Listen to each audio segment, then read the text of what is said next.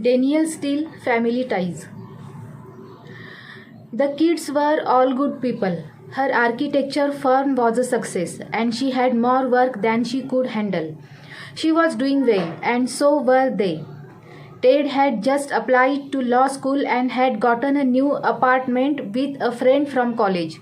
And at 25, Liz had just landed a job at Vogue after working for 3 years at Elle. Each of them was on a career path. Annie had done her job. The only thing she didn't have was a life of her own, other than work. They were her life, and she insisted that was all she needed. That's ridiculous, Whitney said irreverently. You are not 100 years old, for Christ's sake, and you have no excuse not to date now. The kids are grown up.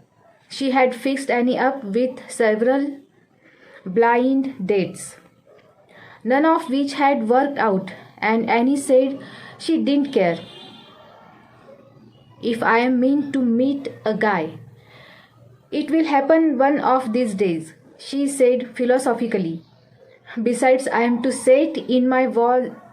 Besides, I am to set in my ways now, and I want to spend holidays and vacations with the kids. A man would interfere with that, and it might upset them. Don't you want more in your life than just being an aunt? Whitney asked her sadly. It didn't seem fair to Whitney that Annie had sacrifices. It didn't seem fair to Whitney that Annie had sacrificed her own life for her sister's children. But she didn't seem to mind, and she was happy as she was. Her own biological clock had run out of batteries years before without a sound. She had 3 children she loved and didn't want more. I am happy, Annie reassured her, and she seemed to be. The two women met for lunch when Whitney came into the city, usually to go shopping, and Annie went to New Jersey for the weekend once in a while. After the kids were gone, but most of the time she was too busy working on weekends to go anywhere. And her work was beautiful. There were several handsome townhouses on the Upper East Side that she had renovated. Spectacular penthouses and several beautiful estates in the Hamptons and one in Bronxville, and she had turned a number of brownstones into offices for clients. Her business was booming and continued to grow. She had just turned down a job in Los Angeles and another in London because she said she didn't have time to travel. She was happy working in New York, and basically she was happy with her life, and it showed. She had done exactly what she wanted and what she had promised.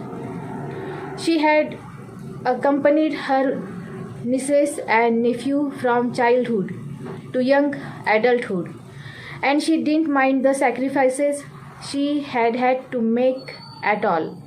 And by the time she was 42, Annie was one of the most successful architects in New York and loved practicing on her work on her own. It was the day before Thanksgiving on a freezing cold morning as Annie walked through the gutted interior of a townhouse on East 69th Street with a couple who had hired her 2 months before. The house represented an enormous the house represented an enormous investment for them, and they wanted Annie to turn it into a spectacular home. It was hard to visualize as they climbed over the rubble the workmen had left after taking out several walls. Annie was showing them the proportions of the newly enlarged living room and dining room and where the grand staircase was going to go. She had a unique talent for combining